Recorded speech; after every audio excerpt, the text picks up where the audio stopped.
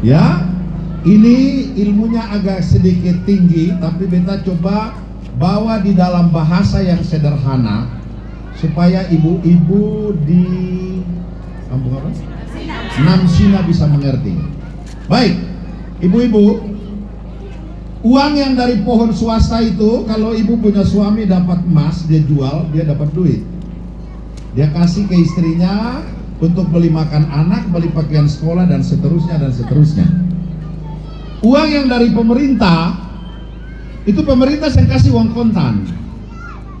Pemerintah bikin proyek, pemerintah suruh gali got, nanti ibu punya suami tukang batu kerja got, nanti dapat upah. Ya ibu-ibu ya. Nah, ibu akan dapat uang dari situ. Tetapi masalahnya adalah kalau ada proyek got, ada proyek sekolah, ada proyek kantor, berarti ibu yang punya suami tukang batu menjadi nganggur, tukang kayu menjadi nganggur, tukang pasang tehel menjadi nganggur, dan seterusnya dan seterusnya.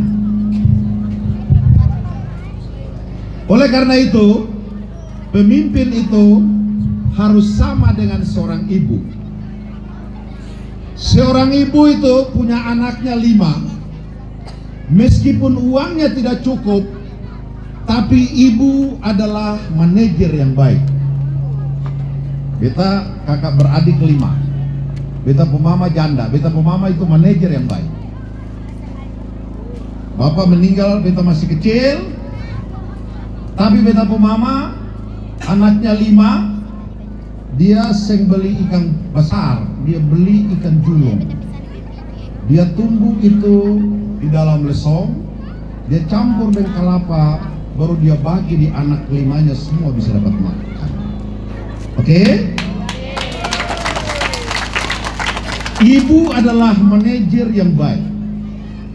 Laki kasih kepeng banyak atau sedikit, dengan kemampuannya manajemennya yang pas-pasan, tetapi rasa cintanya itu dia bisa cari jalan sampai kasih makan anaknya semua. Oke ibu-ibu, seorang pemimpin tidak saja dia pintar, tetapi di atas itu semua dia harus memiliki rasa cinta. Pemimpin yang punya rasa cinta kepada rakyat sama dengan seorang ibu yang menyayangi anak-anaknya. Dia akan cari jalan apa saja untuk anak-anaknya bisa makan. Ibu-ibu dan bapak-bapak semua, hari ini ada seorang bapak dan ibu di desa apa namanya? Namsina.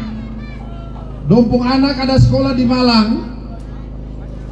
Dia mau anak telepon, Pak, Bapak kalau saya bayar beta punya uang kuliah, bulan depan beta sudah dikeluarkan dari kampus. Atau anak disen telepon di depan bapak, tapi dia telepon di depan mama. Ma, Bapak kalau saya bayar beta uang kuliah bulan depan beta sudah dikeluarkan. Ibu-ibu bisa bayangkan bagaimana mamanya itu menghadap suaminya dan menjelaskan. Dan bagaimana dia pun laki itu bingung bagaimana cari jalan untuk selamatkan anaknya, tidak boleh dikeluarkan dari kampus. Dalam situasi seperti itu, pekerjaan apa saja dia bisa kerjakan untuk selamatkan anaknya. Oke ibu-ibu, bisa dimengerti? Nanti Bapak Dula akan bawakan kita ke dalam konteks tentang pemerintahan. Artinya bahwa ibu dan bapak menyayangi anaknya. Untuk bisa selamatkan anaknya, tidak boleh di drop out dari kampus. Mungkin kalau malam-malam orang suruh pergi naik kelapa, dia bisa naik bapaknya. Atau malam-malam itu kalau ada orang yang minta tolong mamanya untuk cuci pakaian, nanti dibayar, mamanya akan ambil pekerjaan itu. Yang penting bisa selamatkan anak-anaknya. Bapak Ibu semua, tidak berbeda dengan seorang bupati dan gubernur. Tidak berbeda dengan seorang pemimpin. Jika dia mencintai rakyatnya, dia akan mencari jalan keluar apa saja. Yang penting rakyatnya di Bopolo, di Namsina ini harus keluar dari keadaan yang menjerat mereka tentang kemiskinan. Kalau seorang gubernur mencintai rakyatnya, dia tahu di sana banyak anak-anak yang nganggur. Di sana banyak ibu bapak yang menggadaikan kebunnya, yang penting anak-anaknya bisa kuliah, tapi setelah itu belum dapat kerja. Gubernur yang baik, dia harus mencari jalan keluar untuk membuka lapangan kerja supaya anak-anak itu bisa mendapatkan pekerjaan. Itu gubernur yang baik. Bukan gubernur yang banyak rakyatnya itu jadi pengangguran, bukannya dia mencari jalan keluar, tapi dia ancam undang-undang bakal aja di jalan-jalan. Siapakah gubernur itu? Jawablah sendiri. Bapak-bapak dan ibu-ibu saudara semua, uang banyak dan sedikit itu bukan masalah. Sama dengan ibu di rumah, uang sedikit pun bisa kasih makan anak. Artinya kalian punya bupati, kalian punya gubernur, punya duit sedikit tapi dia tempatkan kepada tempat yang pas, maka itu akan memberi efek yang positif terhadap pertumbuhan ekonomi.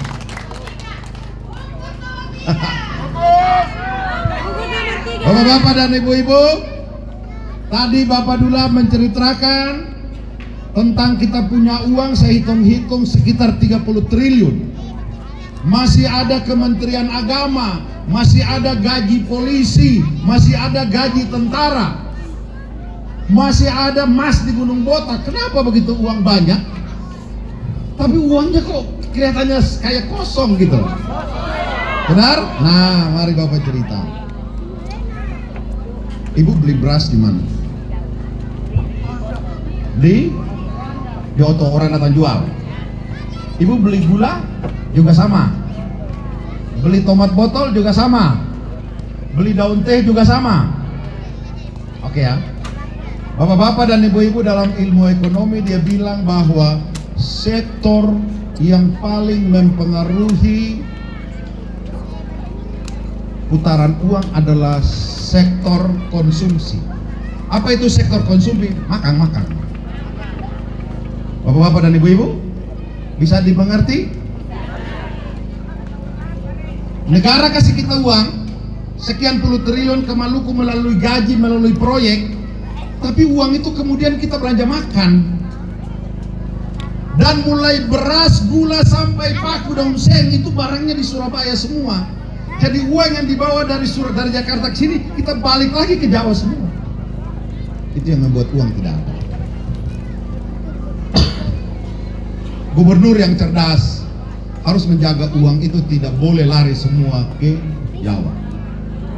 Apa caranya? Sudah benar.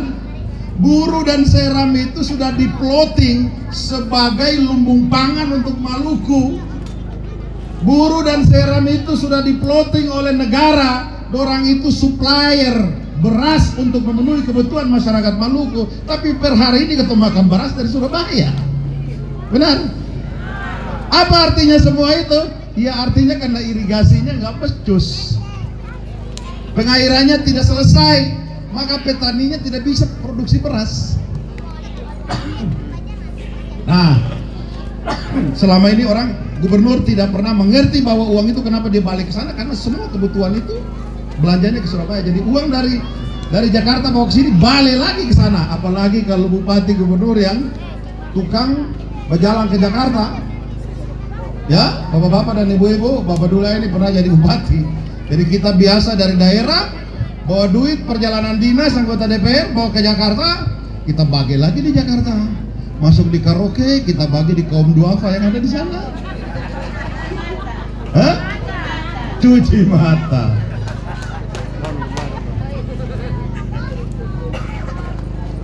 Oleh karena itu ibu-ibu bapak-bapak, banyak hal. Mau memperbaiki Maluku ini butuh kepeng triliunan rupiah. Tadi kasih masukan oleh teman-teman dari Partai Koalisi, Pak Fanat, Bapak Cawagup, masyarakat buruh di wilayah apa yang butuh jalan? Batabual butuh jalan. Butuh jalan, beta tanya kira-kira ruasnya berapa jarak? 70-an sampai 100 kilo. Itu bisa menghabiskan duit di atas 500 miliar. Di Pulau Seram begitu banyak jalur jalan belum selesai. Irigasi untuk produksi padi itu butuh uang ratusan miliar, diburu dan diseram, bapak-bapak dan ibu-ibu semua. Artinya Maluku ini, bapak-bapak dan ibu-ibu, mau dibangun itu tidak boleh menggunakan cara biasa-biasa saja. Harus menggunakan pendekatan pembangunan dengan cara yang luar biasa. Tidak bisa bermain normal, karena ranking kemiskinan di negara ini Maluku itu nomor 4 dari belakang. Dari 38 provinsi kita itu nomor 4 dari belakang, berarti 38, 37, 38, 37, 36, 34. Kita di belakang 34. Termiskin. Bapak-bapak dan ibu-ibu. Oleh karena itu, mau menyelesaikan ini, bapak-bapak dan ibu, butuh gubernur yang pintar, butuh gubernur yang luar biasa, butuh gubernur yang moralnya bagus. Dan gubernur itu cuma maki saja. Hah? Butuh gubernur yang punya rasa cinta kepada rakyatnya, seperti yang tadi saya ceritakan, kecintaan orang tua kepada anak. Tapi di atas itu semua, ibu-ibu, karena butuh uang banyak, kita butuh gubernur yang punya kedekatan dengan Presiden Haji Prabowo Subianto. Bapak Dula ini petani, bapak ibu semua, tete, beta ini petani, pala. Yang pernah beta bermimpi mau calon, tapi bapak ibu di sini petani ada keseng? Banyak. Nah, jangan khawatir. Petani sekarang hak mahal. Kalau dulu petani dianggap itu profesi yang rendahan, hari ini Abdullah Fanat mewakili para petani di seluruh Maluku, sangat laku dipinang oleh semua kandidat gubernur untuk menjadi calon wakil gubernur. Bapak Ibu, saya tidak pernah memasang baleho, saya tidak pernah muncul di medsos ingin menjadi gubernur wakil gubernur, tapi semua survei itu beta angka yang paling tinggi. Padahal Bapak tahu beta tinggal di hutan, Bapak-bapak dan Ibu. Jadi yang punya cengkeh, punya kepala, punya coklat, Bapak mau bilang besok ini gubernur kalian Hendrik Lewerisa, dia seorang politisi murni, dan wakil gubernur kalian Haji Abdullah Fanat, dia adalah seorang petani. Mari kita akan diskusikan tentang petani.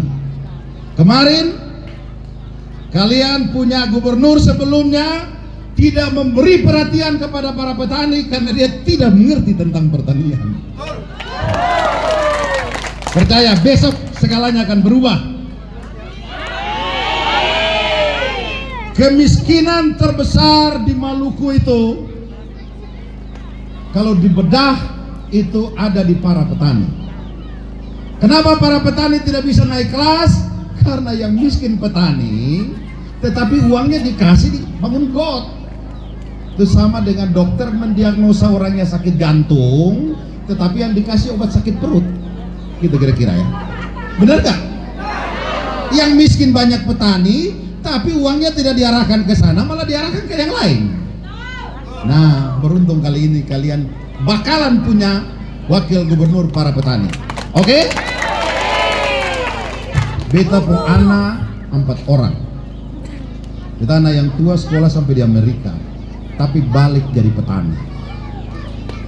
Besok kita ada konsep buat para petani. Kita bikin kebun. Kita bikin kebun, awalnya kita bikin kebun coklat, dan Bapak tinggal siapkan lahan. Pemerintah provinsi yang tanam, yang pelihara selama 2 tahun, kamu yang kerja dikasih gaji selama 2 tahun. Setuju? Itu yang saya bilang. Kalau Gunung Botak bisa mendatangkan uang, Cengkeh bisa mendatangkan uang, Kopra bisa mendatangkan uang, kita bikin lagi komoditi yang lain. Tidak boleh kita tanam buah-buahan terlalu banyak. Kita harus menanam komoditi yang masuk di pasar ekspor. Jelas? Beruntung Anda punya wakil gubernur besok adalah seorang petani. Kita bersyukur Pak Hendrik Lewerisa sebelum menjadi gubernur, tetapi dia sudah menyuarakan tentang cengkeh pala kopra di Senayan sana sehingga harganya cenderung stabil. Ya, Bapak-bapak dan ibu-ibu, kita membutuhkan tangan presiden untuk membantu merubah keadaan kita di sini. Dan tangan presiden itu ke Maluku cuma satu caranya, melalui orang yang namanya Hendrik Lewerisa, tidak ada yang lain. Oleh karena itu, bapak-bapak dan ibu-ibu, kalau yang kemarin ada yang gubernur datang ke sini kampanye, bapak cuma bilang begini, Pak, kemarin kok bapak gagal, sekarang kenapa berani maju lagi gitu. Ibu-ibu, orang kalau gagal pertama itu gak mungkin di keduanya dia berhasil, Pak. Yang gagal pertama tetap gagal itu sudah. Karena orang jadi gubernur cuma 2 kali, Pak. Yang pertama itu mesti berhasil supaya yang kedua itu orang pilih lagi.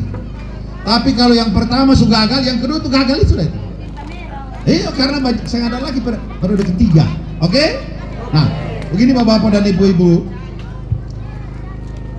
Pak Prabowo punya program yang namanya makan bergizi gratis.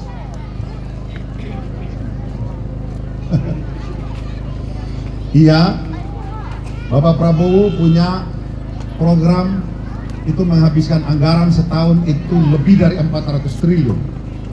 Hari ini Pak, Bapak Prabowo rapat dengan semua kepala daerah se-Indonesia, termasuk Kapolres dan Dim dan seterusnya. Salah satu diantaranya, beliau minta agar makan siang gratis, makan siang bergizi untuk anak sekolah dan ibu hamil itu harus sukses. Beta dan Bapak Hendrik waktu terima rekomendasi juga di briefing. Besok kalian berdua jadi gubernur dan wakil gubernur harus pastikan program makan siang gratis bergizi untuk ibu hamil dan anak sekolah itu harus sukses. Rasa-rasanya Prabowo bilang begitu, kayak kita rasa kita sudah jadi wakil gubernur begitu. Kayaknya ada tanda-tanda begitu ya. Dan bilang di kampung sebelah itu. Ibu-ibu ketemu nyanyi dong,